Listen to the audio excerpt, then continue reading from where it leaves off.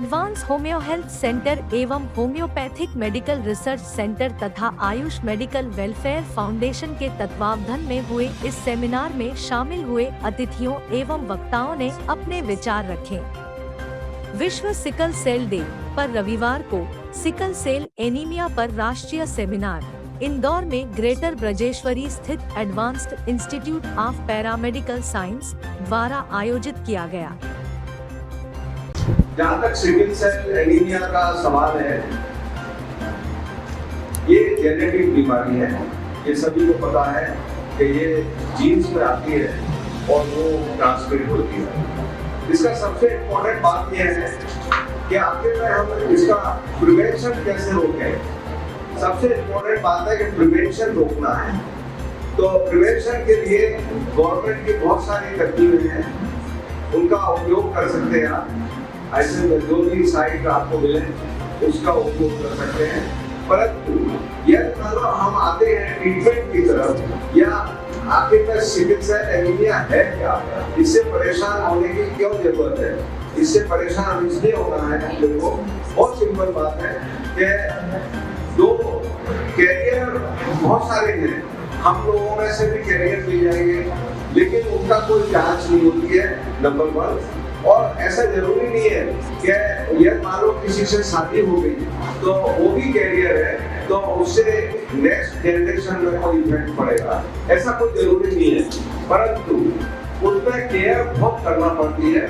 यह आपका CBC जब जांच की जाती है प्रेग्नेंट लड़की की, लेडी की, उस समय यदि आपका कुछ भी प्रॉब्लम नजर आ रही है उसके अंदर, तो उसी समय ध्यान दें और उसका इलेक्ट्रोफोरेसिस कराएं और उसका क्या नाम है हस्बैंड का भी कराएं। और आजकल सुविधाएं ऐसी हैं कि जो इंटर यूटेराइन जो प्रोसीजर है उसके द्वारा भी हम बच्चे का भी कर सकते हैं। और यह मान लो बच्चे का यह है तो उसको एडवाइस कर सकते हैं कि भैया ये सिकल सेल होने वाला है, आप इसको एबॉर्शन करा दें। तो अभी प्रॉब्लम ये है कि हम हर एक का अगर मान लो टेस्ट कराते बोले शादी से पहले, तो बहुत प्रॉब्लम वाली बात है, क्योंकि डायबिटीज भी ऊपर से आती है, किसी को डायबिटीज निकल आएगी, पता नहीं लगता है किसको क्या होने वाला है। बहुत सारी बीमारियां जेनेटिक हैं जिसका मालूम नहीं पड़ पाता।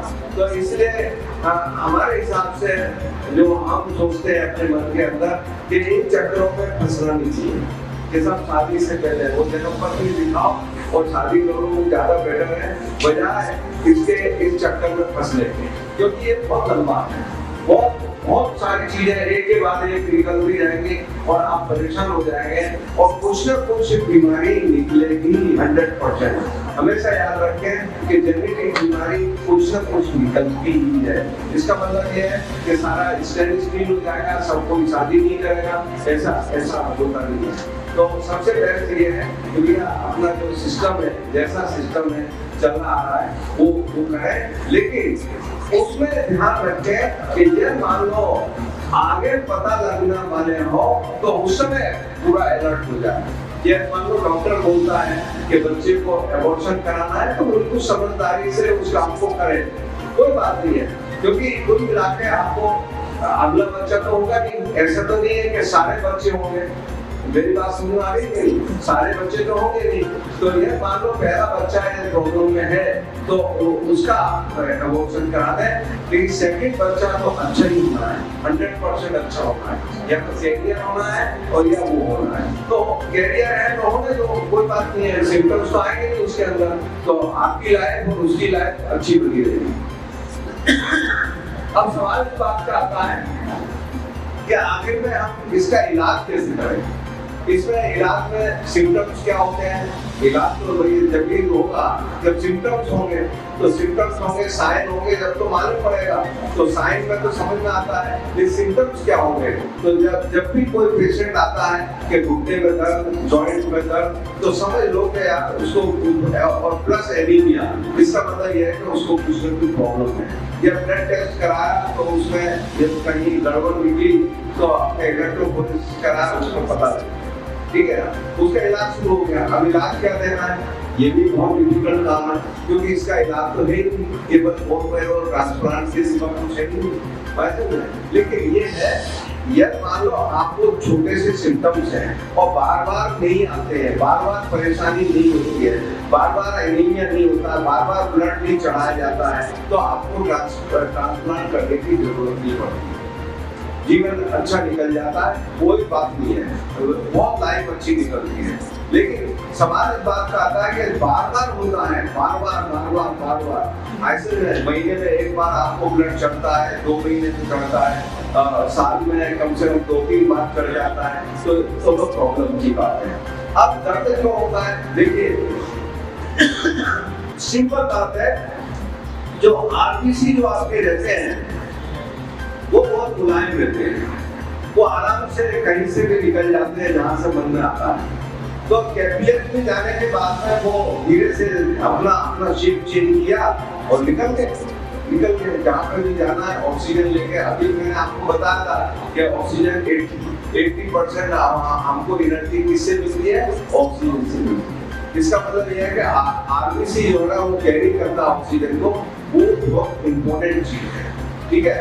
अब क्या होता है, इसके अंदर उसका शेप चेंज होता है और दैट इज सिकल सेल, मतलब जैसे आधा चंदुआ रहता है उस टाइप का रहता है। और उसके बाद में ये फिर जब जाता है अंदर से कैपिलरी से निकलता है, तो ये दोनों चीजें उसकी अटक जाती हैं और अटकने के बाद में वो ब्लॉक कर देता है।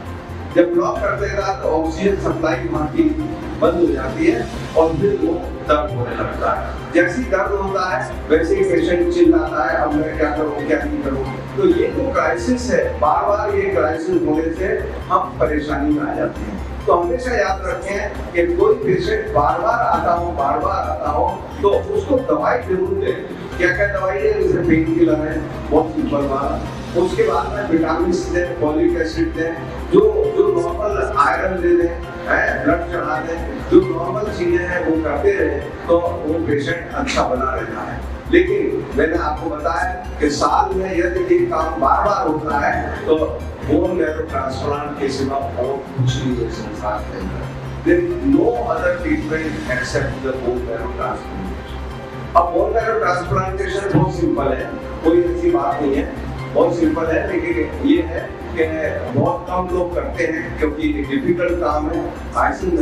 बोन में आखिर में बोन मैरो है, उसमें इन्फेक्शन के चांसेस ज़्यादा रहते हैं, इसलिए थोड़ा सा ध्यान रखते हैं। एक तरफ से ब्लड निकालते हैं तो दूसरे आदमी का दे देते हैं जिससे कि, लेकिन उसमें इम्पोर्टेंट बात ये रहती है कि उसका HLA टाइपिंग करना पड़ता है और HLA टाइपिंग जब तक नहीं होता सक्सेसफुल तब तक वो काम नहीं हो सकता है। और इसके अंदर जो आपके सिबलिंग रहते हैं, भाई बहन या और कोई चाचा का या कोई भी हो रिश्तेदार हो, ये वो देते हैं ब्लड तो ज्यादा अच्छा है बजाय दूसरे के। नहीं तो फिर बोन मैरो की वो रहती है, क्या नाम है, बैंक रहती है, वहाँ जाके आप टाइपिंग करा लें और उसके बाद में दिला सकते हैं उसको मरीज को, ठीक है ना। तो मेरे को यही बोलना था, ज्यादा कुछ है नहीं इसके अंदर।